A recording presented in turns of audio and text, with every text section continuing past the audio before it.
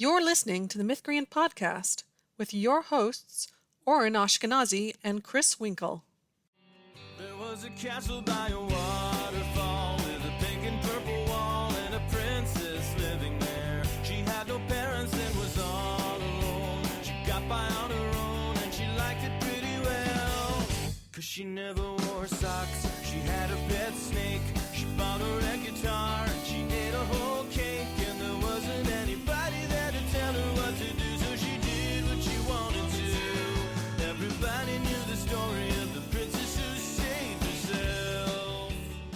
Welcome to the Mythcreant podcast. I'm Chris. And I'm Oren. Wait, did you hear that? I think my mic is picking up these weird sounds that I can't hear myself, but when I listen to the recordings from the microphone, it's like quiet, inaudible voices whispering with faint notes of a song I haven't heard since childhood. It's probably the neighbors. Yeah, don't be silly, Chris. Despite having encountered supernatural things many dozens of times, I am going to be skeptical of this one. When will you acknowledge the truth before your eyes, Scully? Scully's very cool. I would like to be 5% as cool as Scully, and if this will get me there, I'm willing to do whatever it takes. So yeah, this time we're talking about the questionably supernatural. Is it supernatural? Is it magic? Is it not magic? So here's my hot take. It better be. No, how could you diss Anne Radcliffe that way? Disrespect. Anne Radcliffe and me, we got beef. My beef is that Supernatural was fake and not real. I'm like the people who get real hung up on the idea that romance has to have a happy ever after. As far as I'm concerned, if you hint that there's supernatural stuff there, it better be supernatural stuff. Say, that is true if you are writing speculative fiction. There should be some things fantastical, but I still think we might need to acknowledge that there are works outside of speculative fiction in which that might go down a little better. Agree to disagree, except that I don't agree. I think that it's fine if you do that as long as it is a book that is never going to be read by me. Well, that's my stance. I don't think you're going to pick up the average, non-speculative mysteries, so I think we're... Oh, they're safe then. Or are they? It is really funny to read some non-speculative works and see how they use speculative elements as dress up. Mm-hmm. Oh, see, I can add novelty to my wordcraft by using metaphors of this being a fairy tale or treating this element as though, it's supernatural. But of course, we all know that's ridiculous. Yeah, obviously. That's how those stories go, and it's always weird. I critiqued a mystery story that apparently does have some level of supernatural elements in it, but I could not tell because it kept using metaphors. Okay, I know he's metaphorically breathing fire because he's angry, but could he literally breathe fire, please? That would be so much more interesting. That would be neat. Who knows? Maybe. I know this house only sort of looks like a cyclops because of the windows, but what if it actually was a cyclops? That would be better. With the speculative audience, you definitely don't want to taunt them with something that is fantastical only to sorry. In the same way, you don't be like, oh, well, now that those kids grow up and are adults, the magic goes away because they gotta act like adults now. Nobody wants that. Don't take the magic away. Don't do it. The most popular trope that everyone hates. The weirdest concept. I suppose someone must like it, but everyone I talk to hates that trope, and it's always funny to me how common it used to be. How could you do that to Kiki? How could you do that to her? I definitely feel like it comes from this outlook of, oh, well, that's not realistic. Of course, we got to grow up, so naturally the magic has to go away, instead of thinking about what's actually enjoyable for readers. Yeah. Also, we were talking about it's Marion the Witch's Flower that does that, right? Not Kiki's Delivery Service? Doesn't Kiki's Delivery Service also do that? She grows up? I thought Kiki's Delivery Service ended with a different weird ending, which was that her search was to find her element, and then the ending is that her element is flying. Yeah, maybe I'm getting that mixed up. Which was also unsatisfying because every witch can fly, and it didn't really establish that she was especially good at flying. I felt like that didn't work either, but I think that's a different ending than Marion the Witch's Flower, where the character, excitedly yells, "I'll never use magic again!" It's like, what? Why? Mary? Why? Magic rules. I know that there's a story other than Mary's and the Witch's Flower, but Mary and the Witch's Flower is particularly funny because the goal is to, apparently the storyteller's goal was to condemn magic, but it makes magic so cool that you would barely know that. It's like, okay, if you look closely at the plot, you can see where the storyteller was attempting to do that. In any magic story where magic is cool, you would have villains doing something bad with magic. That's just normal. That doesn't seem like you're condemning magic.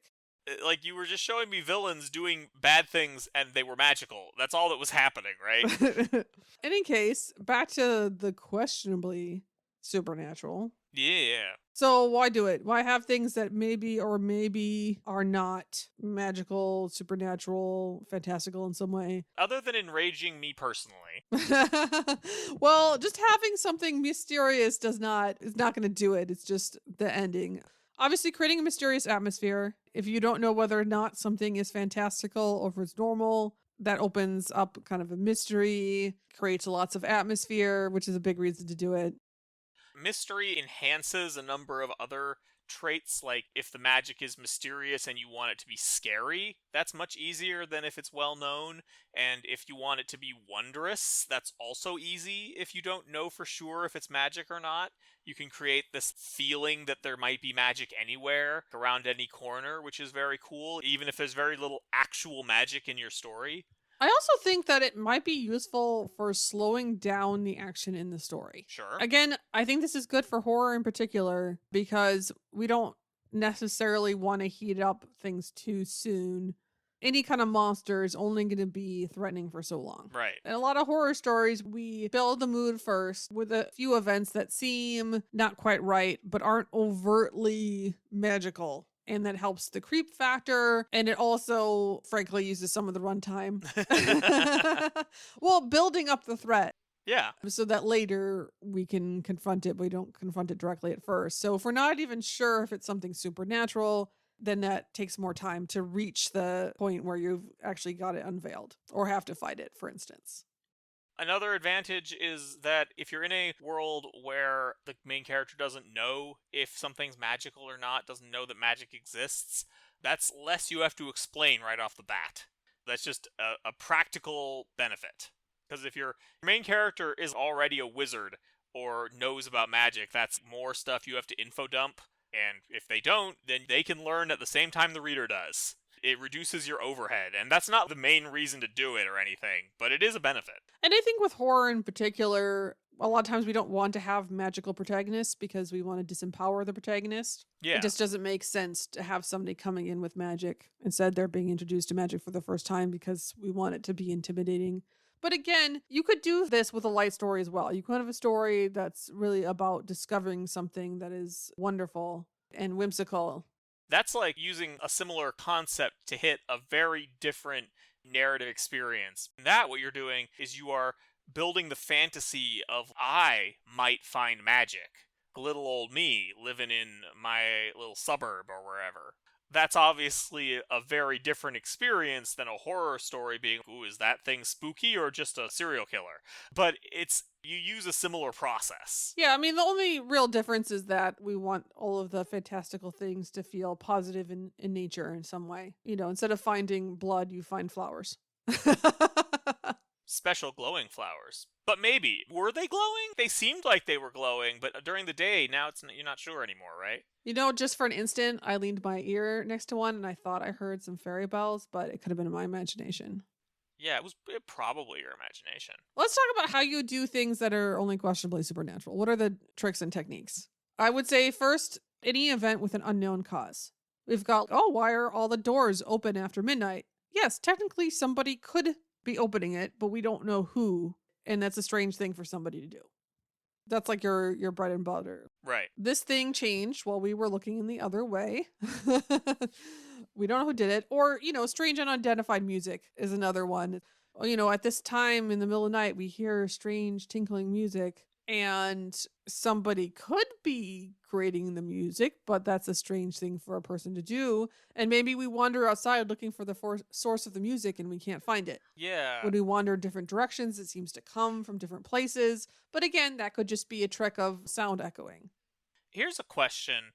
At what point does it become a problem that it might be magic, because I'm thinking specifically of the locked door problem, where you have a murder and the victim was inside a room that was locked from the inside. And in that situation, finding out that it's magic is actually a disappointment, because you were trying to figure out what was the clever way the murderer did this, and if the answer is that they have a spell that teleports them out of the room, that's kind of boring. So when does that happen? When do you risk doing that? That's a good question. I mean, I do think one of the issues with the locked door problem is that the original expectation you were setting is that there's not going to be magic. If we had magic in the setting where people could just say a few words in Latin and unlock doors, none of the characters are going to ask, oh, how is this possible? I mean, it wouldn't even be worth bringing up. Again, this goes back to like, if we have an actual curiosity arc, is that different? When we're setting up something that's like a mystery, and usually there's an active protagonist who is contemplating certain questions about the crime. And then to evoke curiosity, we'll be like, oh, but this body was in 3 different locked chests that were locked from the inside or whatever. You have impossible situation. I mean, I do think that you kind of need to establish the rules for a mystery like that. Usually the expectation from the reader is that they will be able to, if they pay attention, they'll be able to guess the answer, and that the answer will follow certain rules. And so if you don't tell them early on that, oh yeah, this is a setting where people can just say a few words and unlock that, then that would be kind of cheating. Wizard did it. It's cheating. Right. But also that makes the whole question less profound, less wild, because that's what you're doing to try to evoke curiosity. You're trying to create a really wild situation that leaves people guessing. Again, it's not always backwards looking. We can create curiosity in a variety of ways. So it is curiosity evoking to have, let's say, mysterious music coming out. But I think if this is a story where the supernatural is expected, and you're creating less curiosity and more anticipation that you're going to get something cool. Yeah. If we, for instance, hear fairy music, it has its mysterious aura of mystery, but it's not as curiosity evoking as the weird, like A Drop of Corruption is really good at this. This is the sequel to A Tainted Cup by Robert Jackson Bennett, and it sets up a really perplexing, how could this murder have happened? We have no idea how we think somebody died, but there's no body and we don't know how he could have possibly left the room, is the kind of the starting situation. Yeah. But that's really curiosity evoking. I think when we have something like weird fairy music, it's less curiosity, but it has more novelty. We know that the book is supernatural. We have expectations set. So we know that a possible answer could be fairies, as opposed to if you just like, oh, well, he got out of the room because fairies did it. Right, that would not be acceptable in A Drop of Corruption. Yeah, and it's to some extent it's almost like I know it when I see it.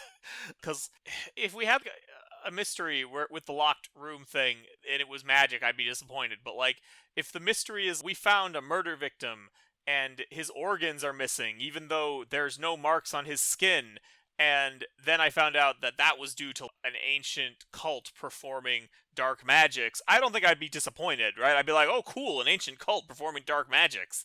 Even though technically that could be a mystery, like, how did they get those organs out? If you were given something else enjoyable, that can soften the blow. But generally, if you've evoked a lot of curiosity, you're looking for the answer to fit certain constraints, where it's surprising, but it still makes sense with what you know, which is what a lot of mysteries do. And I think in that case, if it's like, oh, it's disappointing that it's not supernatural, well, if you have a mystery audience that are looking for a mystery answer that makes sense more than they are looking for the novelty of real fairies or elder gods or what have you, then they're looking for a different type of payoff.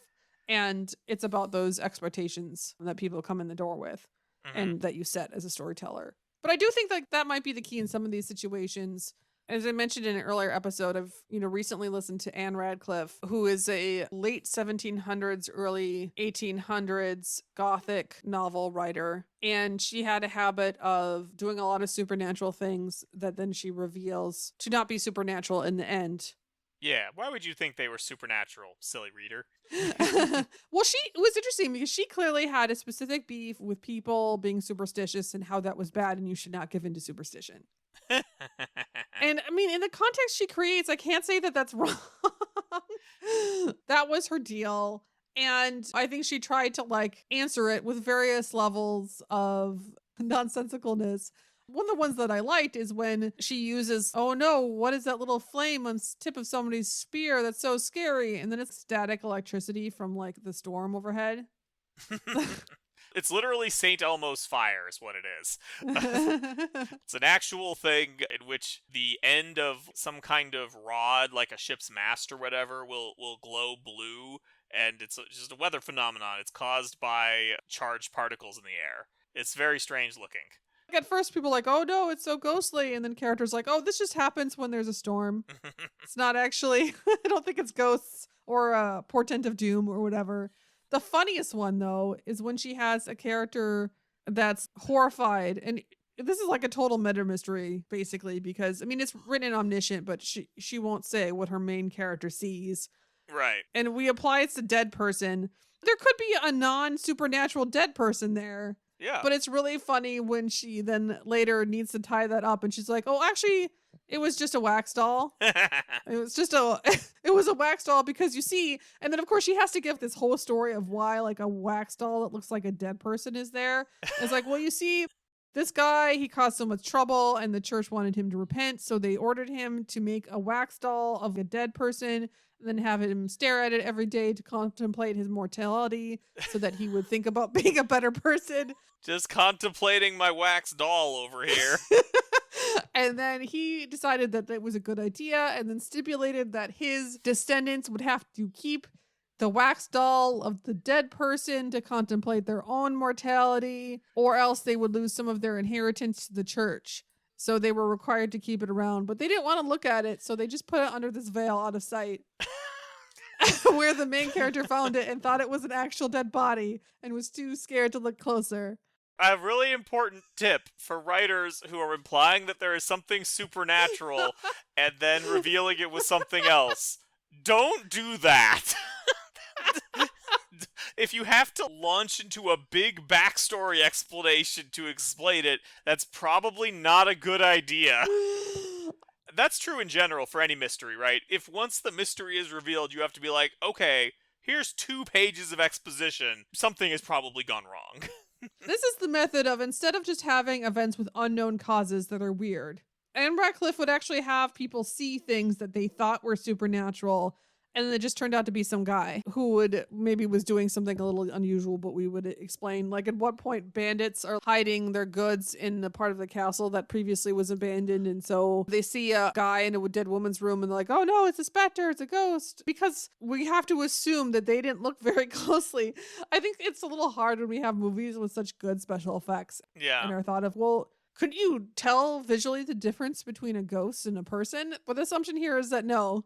Ghosts could just be like people walking around, but we think they're ghosts for some reason. Yeah, they could be. Who knows? Do you ever watch, was Scooby-Doo a thing?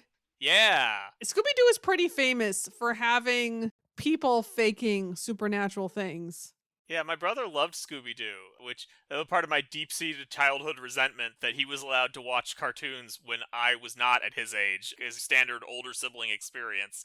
He loved Scooby-Doo, and so I watched a fair amount of it just by osmosis, because that's what was on. And yes, the older cartoons, the joke is that it's always an old rich guy who is trying to scam someone in a monster costume, which of course raises some serious questions, like, we saw that guy punch through a metal door. How did he do that?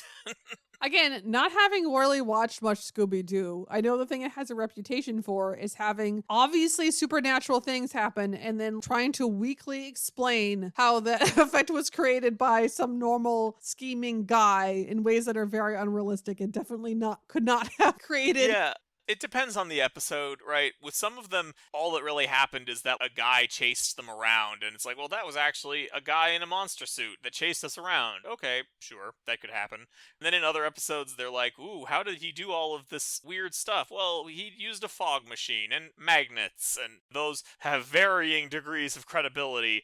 But then there are also times when they just do things that there is no explanation offered or attempted. I think there was an episode where a vampire turned into bats, and then later it turned out he was a guy in a suit, and it's like, hang on. about the bats thing? I think that happened. Granted, it's been a while, so maybe not. But I do know there were several episodes where the monsters clearly had superhuman strength, and that was just never explained. Whatever. I think part of the problem is not only is it increasingly hard to believe that something that we see could be ambiguous is about it being supernatural, but also if the audience knows it's going to be supernatural and there's obvious signs it's supernatural, I lose my patience. Yeah. If people be like, oh no, maybe it's not supernatural. It's like, can you just accept it's supernatural? Well, already we know it's supernatural. Just it becomes tiresome after a while if characters see something that is obviously supernatural and then drag their feet for a while. Even if it's realistic, it's like we've all been there. We've seen this happen in countless stories.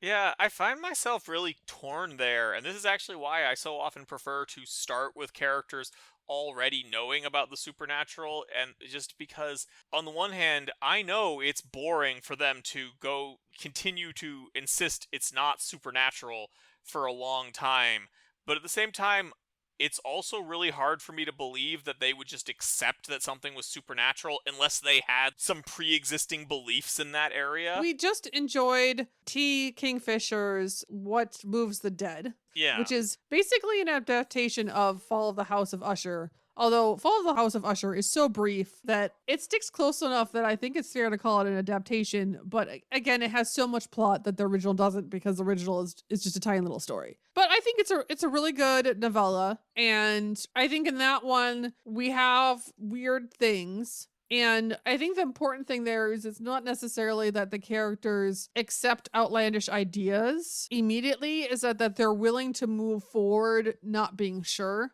so that we don't delay too much arguing about it. Mm-hmm. They don't just refuse to take action, which is frustrating if we know. Yeah. It's that they pursue things reluctantly, not knowing what the explanation is, but hey, why don't we try this because we need some solution. Yeah. And I think that works pretty well. It does help a little bit in What Moves the Dead that the explanation is that it's a spooky fungus. And the characters are more willing to accept that because they don't know a whole lot about fungi, and this is the 1890s where mycology is still kind of in its infancy, so it's a little easier for them in that context to accept that maybe fungus can do this. Whereas nowadays, at least for someone who is knowledgeable about fungi, it would be like, what? No, fungi can't do that. That's ridiculous.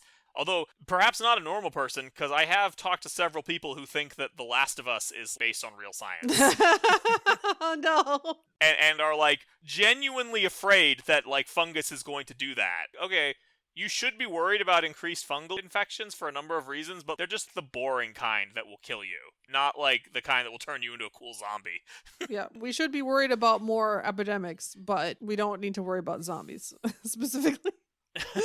But yeah, I think that works well. If the characters can't fully embrace it, but they have limited options in their situation, they need to do something. They can just keep an open mind and take what actions they can think of that might do something. Another thing that we see often in Gothic stories or in other stories where we need to make fantastical things ambiguous is using dreams. Dreams are just very convenient because there's all sorts of tropes about people getting like visions or portents that are actually real in dreams. Or you can have something that is ambiguously a dream. You know, if you have a dream where the character gets out of bed and walks around and then sees something supernatural and then suddenly wakes up in their bed, you don't know if that was actually a dream or not. Yeah. And so that can be really convenient for making something ambiguous or having the character be like, okay, well, obviously that didn't really happen, but maybe it did. Yeah. But maybe. Or maybe something invaded their mind. You can have your antagonist that, you know, attacks people in their dreams, which happens another Kingfisher one. What Feasts at Night would be the sequel.